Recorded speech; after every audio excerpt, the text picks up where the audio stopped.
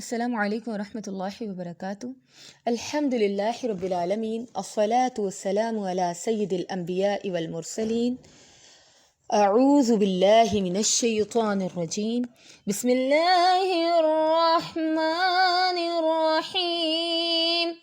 ادفع باللتی ہی احسن، برائی کو بھلائی سے دور کریں۔ ہم میں سے اکثر بچیاں اپنے سسرالی رشتوں اور اپنے شوہر کے رویوں کی وجہ سے پریشان ہیں۔ قرآن نے انہیں ایک بہترین نصیحت کی کہ برائی کو بھلائی سے دور کریں۔ اس سے کیا ہوگا کہ وہ شخص جو آپ کا دشمن ہے وہ آپ کا دلی دوست بن جائے گا۔ میں نے مانا کہ بعض جگہوں پہ بچیاں بری طرح پس رہی ہیں۔ جبر کو صبر سے برداشت کیا جائے تو صرف قبر رہتی ہے۔ بعض موقعوں پہ اپنے حقوق کے لیے آواز اٹھانی لازم ہو جاتی ہے کہ برائی کو خاموشی سے ہوتے دیکھنے والا بھی مجرم ہے، ظلم سہنے والا بھی مجرم ہے۔ لیکن اس کے ساتھ ساتھ قرآن کی ایک نصیحت یاد رکھیے گا، اگر رشتوں میں چاشنی پیدا کرنی ہے تو آپ کو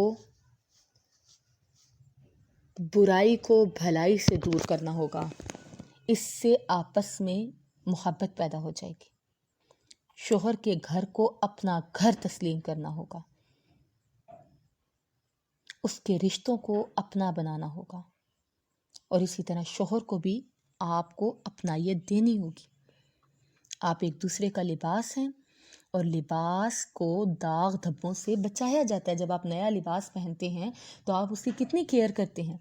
اسی طرح جب رشتہ شروع ہوتا ہے تو شروع کے دنوں میں اسے بچانا بہت ضروری ہوتا ہے۔ شکر گزاری کے ذریعے، محبت کے ذریعے، اطاعت کے ذریعے، دلوں کو صاف کر کے نرمی سے۔ حدیث ہے جسے نرمی مل گئی اسے گویا خیر کثیر مل گئی۔ تو اپنی زبان کو نرم رکھنا ہوگا، بہت پیار سے چاشنی گھولنی ہوگی رشتوں میں۔ عرب خواتین بہت عقل مند تھیں۔ ان میں سے ایک عورت جو کہ نبی صلی اللہ علیہ وسلم کی نواسی ہیں، حضرت امامہ بنت حارث، جب وہ اپنی بیٹی ایاس بنت اوف کو رخصت کرنے لگیں، یہ حضرت اوف سے تھیں، تو انہوں نے ایک بڑی پیاری نصیحت کی اپنی بیٹی کو۔ کہتی ہیں، میری پیاری بیٹیا، عنقریب تم اس گھر کو خیر بات کہنے والی ہو، جس نے تمہیں بڑا کیا، تمہاری پرورش کی، تمہیں چلنا سکھایا۔ اگر عورت باپ کی دولت اور حاجت روائی کی وجہ سے شوہر سے بے نیاز ہوتی تو یقین جانو تم سب سے زیادہ غنی ہوتی کہ تمہارا باپ بہت امیر ہے۔ لیکن عورتیں مردوں کے لیے اور مرد عورتوں کے لیے تخلیق کیے گئے ہیں، لہٰذا تم نے اپنے شوہر کے دل میں اپنی محبت پیدا کرنی ہے اور اپنے دل میں اس کے لیے محبت کے جذبے رکھنے ہیں۔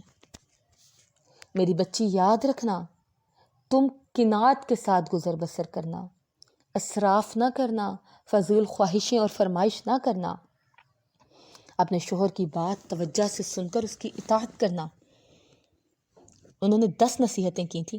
پہلی نصیحت شریک سفر کے ساتھ قناعت کے ساتھ گزارا کرنا، فضول فرمائشیں نہ کرنا۔ دوسری نصیحت اس کی بات توجہ سے سن کر اس کی اطاعت کرنا۔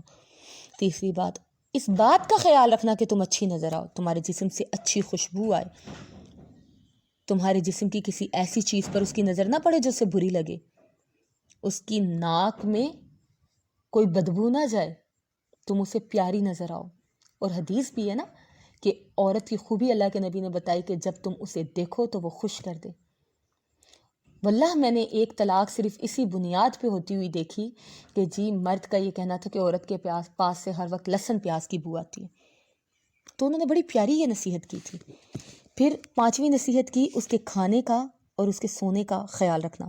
جب کھانا وقت پہ نہ ملے یا جب آرام پورا نہ ہو تب مرد چلاتا ہے۔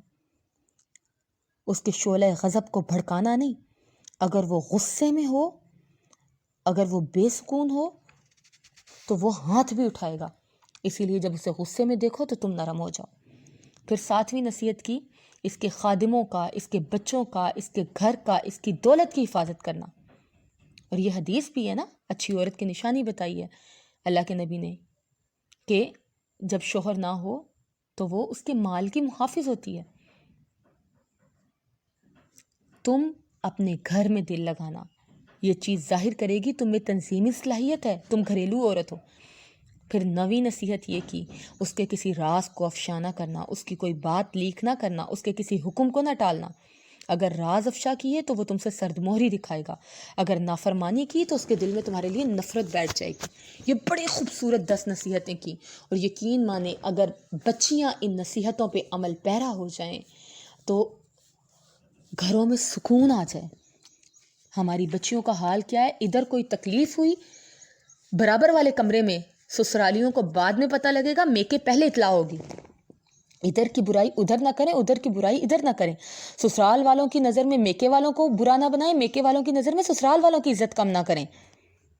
شوہر کے لیے سجے سوریں، اس کے لیے کھانا بنائیں، بیڈ شیٹس چینج کریں، اسے ٹیکسٹ کر دیں، اگر بول کے اظہار محبت نہ کریں تو لکھ کے دے دیں، تحفے دیں، اہتمام کریں، اس کے لیے گھر کو سجائیں سنواریں۔